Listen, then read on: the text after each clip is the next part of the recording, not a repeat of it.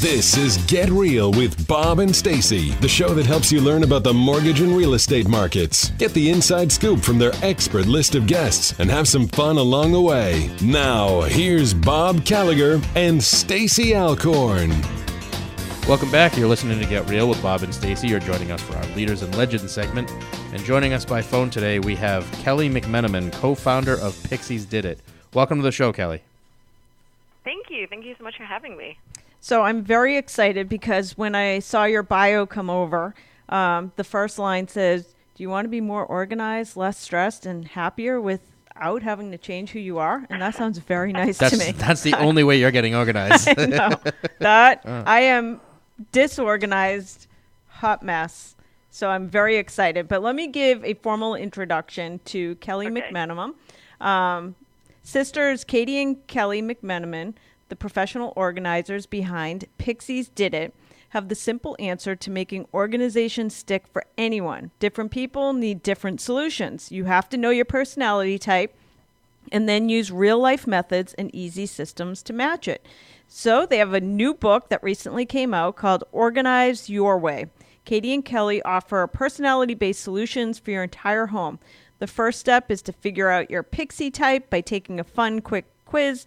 Next, they provide organizational techniques for each room of the house with universal solutions that work for almost everyone, as well as magical solutions unique to each individual Pixie type. I think my Pixie type would be slob. Is that one? Is that one of the types? You might be my sister. She is out of the pair of us. She's in the duo. She's the hot mess. Yes. She's the disorganized organizer, and really, but that's kind of how we came up with the idea to begin with. Wow. If it had just been me, I was just your average organizer who basically thought everybody should organize like me. Yes. Everybody knows an organizer or somebody who's really neat, and they're probably the kind of person who's like, oh, you know what you need to do? You need to do to-do lists. If you're forgetting to do things, Yes. you need to do to-do lists every day. And everything needs to have a home and a place for everything and everything in its place, and it should be hidden away. Mm-hmm. There's a lot of things we tell people we should do. When I was writing this book, I was thinking to myself, is this just like the lazy way out? Is this really true? But Yes. I have been in people's house for 10 years, and it is really true. I just have to fight that instinct that I think my way is the only way. That's funny. And but really, it's exciting because nobody else has really written a book about these 8 different personality types of the way people organize. And we essentially were like anthropologists in people's homes for the past 10 years, watching what they're doing, knowing their personality types. And the same people kept on doing the same things, had the same hang-ups, had the same challenges, were good at some things, bad at others. And we just kind of pulled all that research together and made this book. This is awesome because I think I told you, Bob, that, and I think I admitted this on a show, that I forget the name of the book. There's some famous organizer woman that wrote this book on getting organized, and my mother had seen it, like, I don't know, on Oprah or something like that. 2 Christmases in a row, she bought me the same book. And I said, I was so upset. I'm like, Ma, how insulting. I'm like, do you know you got me that book last year? And she couldn't remember. She just saw a book on how to be organized and assumed I needed it. Twice. And I tried it. Couldn't possibly have bought it for you because then it would have solved all your problems. Oh.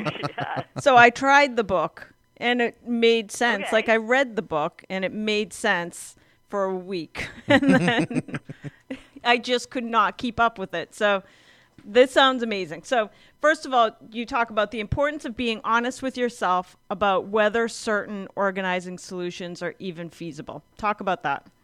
It's just what you just said, that for a week, it made sense that you could do it, but then after that, it was really hard. And, a lot of our solutions are built around what people already do. Right. Now, you might think, how can that be? Because I'm so messy. That would just leave me a mess. It's like, you come home, you drop your coat right where you are. And so instead of saying, okay, now, Stacey, you need to hang it on a coat hanger, we would just say, why don't we try to figure out really close to where you just naturally drop your coat, awesome. Put a hook there. Yes. Not, you have to go through a maze to get to the hook. Like, is there a place? We're always trying to find the simplest, easiest solution that's closest to what you already do. Right. Because then you don't really have to change. When you think about hanging a coat up in a coat closet, we always give the example of, like, do you remember watching Mr. Rogers? I mean, that man took forever and a day to take his coat off and get ready. Even as a kid, I was impatient. Right. But, taking your coat off and putting it in a closet, it's a 5-step process, minimum, not including I can't find a hanger, I've got to push coats out of the way, because you got to take off the coat, you got to find the hanger, you got to put it back on, close the door, open the door. So when you think about the hook, it's as close to draping it on the back of a chair as you can possibly get. Right. And, when you come home, I mean, everybody can, push against their personality type at work and be somebody else. But when you come home, your boss isn't there, your clients aren't there. You just want to be your shoes off self. Right. And that's what we're trying to build systems around and help people with. And all of our solutions are kind of around there. We have some, personality-specific ones, and then we have the greater ones, like keep it simple, keep it as close to one step as possible, build it around what you already do. If it ain't broke, don't fix it. Right. And I was reading, you say the perfect magazine images we see of organized homes, you say those are just eye candy, it's not reality. Yes. Thank God. And I love them. I mean, they're so serene and perfect, but you realize they have been staged. They are literally staged. And throughout your day, especially if you have young kids or just a messy spouse, it's never going to look as perfect as, okay, I'm done cleaning it, because somebody's going to come and sit and move the pillow so it's not as fluff. Right. Or, just even little things like that. Then maybe, my sister or other people like her would be like, I'm sorry, what? A pillow was askew? But those are the kind of things I notice. I'm like, and I'll go fluff that pillow. Right. I mean, this is something my sister probably never does, ever. So funny. Nor will she ever do. But we just want people to realize that, what magazines should do, and maybe we'll end up doing this on our website soon, but, do a photo shoot throughout the day, like a real-life photo shoot of, even my home that I like to have perfect. I have young kids, and throughout the day, it doesn't look perfect. Right. Because it would be really inefficient if I spent my entire day cleaning up after my kids. It's funny that you mentioned that, because when my wife and I were building a house, she saw in the magazine that instead of mudroom closets, the trend was to go for those cubbies and open hangers and everything. And she wanted to change the house to accommodate that. And the builder actually talked us out of it by saying exactly what you did, that it's not going to look like it does in a magazine photo, and you're not going to have a closet door to shut on it. Yeah, well, I was going to say that, that kind of a mudroom is great if it's like a room off to the side that you don't look at. But if it's like part of your kitchen, you will be looking at masses of coats and muddy boots and eating your Cheerios like, right. You could close the door on that. I mean, there's kind of a reason, for a lot of the things architecturally that exist. Yes. And that's one of them. Your guy was probably pretty right. So do you have any advice on how to declutter? Yes, it depends on who you are. Because someone like me, my family accuses me of being cruel and mean. And, I just had my son's first birthday party, and there's balloons all over the floor. And the kids were having a ball playing with it. And this morning while they were at school, I, went and, it was basically the balloon massacre with a knife. Yes. And my mom was teasing me that I'm just, my kids and everybody knows me as the person who's no problem getting rid of anything. And, then there's people in between me who are a little more sentimental, and they have a lot harder time getting rid of things that they're attached to. And then people who are just really practical. They just really want to keep, those are the grocery bag people who just keep 150 plastic grocery bags just in case. And that is actually probably the only thing I would say it's so hard to actually declutter, to make people let go of these grocery bags.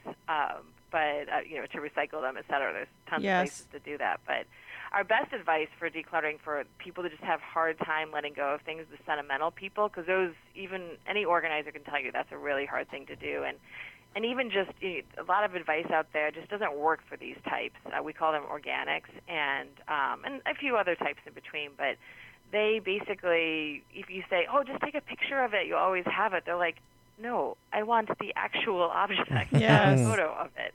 It physically means something to them.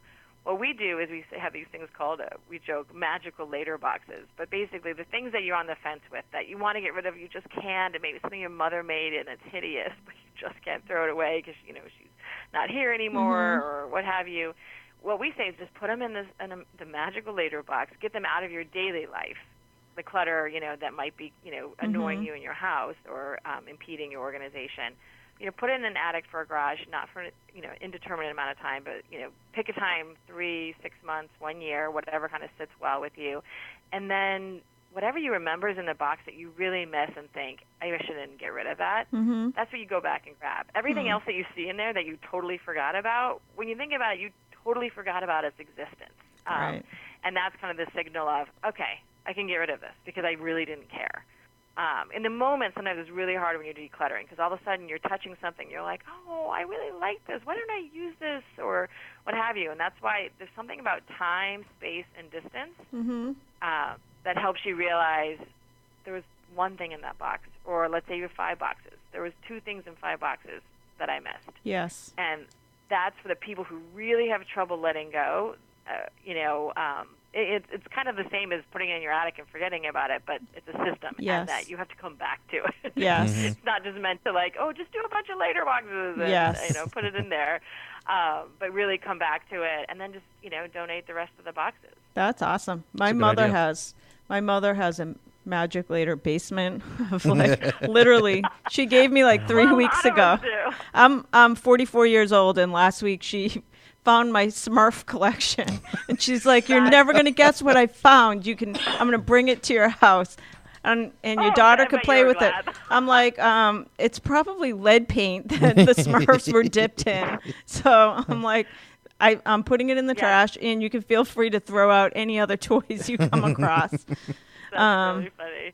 So yeah, I mean, it's funny because a lot of people always want to sell things, and there's certain personality types. Funds, they're very practical, and they like to sell things and get value for things. And it's really hard for me to get them to just quickly donate things. They want to sell them online, on eBay, and I we are the kind, gentle organizers, and that I say that's totally fine, but get it out of your daily life, because I'll walk into someone's home and they'll have all their clutter that they are going to sell in their dining room. And you're like, okay, well, gosh, you're probably not going to be using your dining room anytime soon, since it's an eBay sales floor, basically. So we just want people to really live in the spaces they're in and use their attics for the active decluttering, or literally, I am storing this for my kids. Maybe not the Smurfs, but maybe their diplomas, or a couple of things that they're going to want one day. Right. Kind of thing.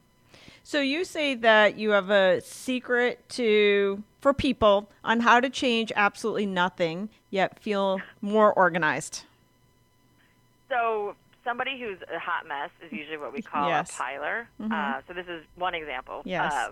But there's pilers and filers. On one end of the spectrum is the classics, and these are filers. These are people who file away items, who use filing cabinets, who like things hidden away. Obviously, I'm describing myself. And probably half the population. So the people who tell you about to-do lists, and then so classics are on one end, and the other end are organics and smarts, and they're pilers. These are people who just naturally pile things. Everybody piles things, but classics I meet are like, oh gosh, I pile things. I'm like, right, you probably have 2 polite piles on your desk. Pilers pile things all over, leave things out to remind themselves, like a visual reminder. And what we say to these pilers out there is not that you need to start using a file cabinet, because that's actually a really bad idea. So filing cabinets for these types are like mausoleums. It's where papers go to die. Yes. And you're like, I have no idea what's in that box. Literally. Yes. It's where we say to these people, we're like, put your will and your insurance policy. Yes. Because the will you're never going to see. Somebody else is going to find it in your filing cabinet for you. And everything else, it's just dead in there. So what we do is we really come in. Sometimes we do archaeological digs on these piles to figure out what person's categories are in their life, what kind of papers coming in, going out.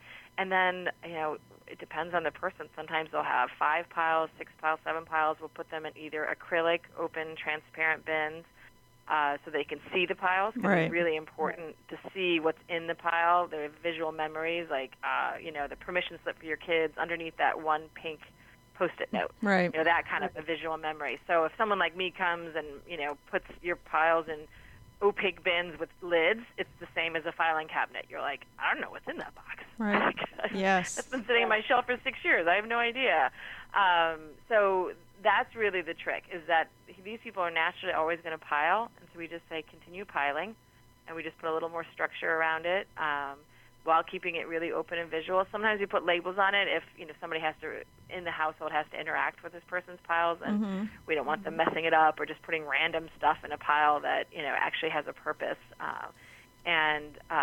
And really, they don't ever have to file again. It's like when it gets to the top, go through your pile, get rid of a few things, and that's it. I mean, so you don't have to change who you are. You don't have to become a filer. I mean, everyone I talk to who's like my sister and probably like you, who are organic, we call them organic freedoms, smart freedoms, so many of them are like, I bought this filing cabinet. I'm really going to try to file. And we're like, bye. I'm sure at the office you have to do that. Like at home, don't. Right. We create 7, 8. Sometimes we always tell them, like, get like 1 or 2 extra bins because you'll always end up, it's kind of an iterative process where you might end up finding, you know what, I want to add an extra pile for this category. And, most people find that it's actually just the way that their brain works, and then they can just be themselves, and they're more organized. Which, the definition of organizing is retrieval. Yes. Really. End of the day, like, why do we care about being organized? And you're like, because you want to be able to find things when you need them without a bowling ball, falling on your head. Right. Or your pipe papers flying everywhere. And our systems are just that. I mean, someone like me would come into a house with, like, 7 piles, and even though if it was structured, I wouldn't find it as stressful as if it was just random piles all the way around. So it's kind of a good compromise. This is awesome. We only have another minute, but you made me think that I run into this with my real estate offices. So I have 17 real estate offices, God knows how many desks, and it drives me crazy that real estate agents use desks not to actually sit and work. They are mausoleums of trash. So I am going to implement an acrylic bin system at my company that you cannot put stuff in desks. You get an acrylic bin. We'll have a storage room for acrylic bins so that people can actually use desks to work because that's what they're for. That is what they are for. We are unfortunately out of time.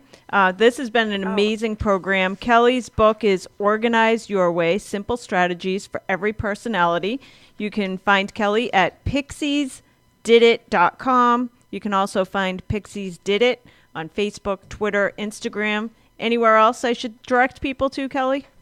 Nope, those are our main social medias, and we put stuff out every day. We have newsletters, blogs, giving out advice on just these things. We do virtual consults, so anywhere in the U.S. you can call us, and we can figure out and give you solutions to your problem. And, you can get our book on Amazon or direct from our website. Awesome. Thank you so much. Great information. Thanks, Kelly. Guys. So we're going to take a quick commercial break. We'll be back with more Get Real after this.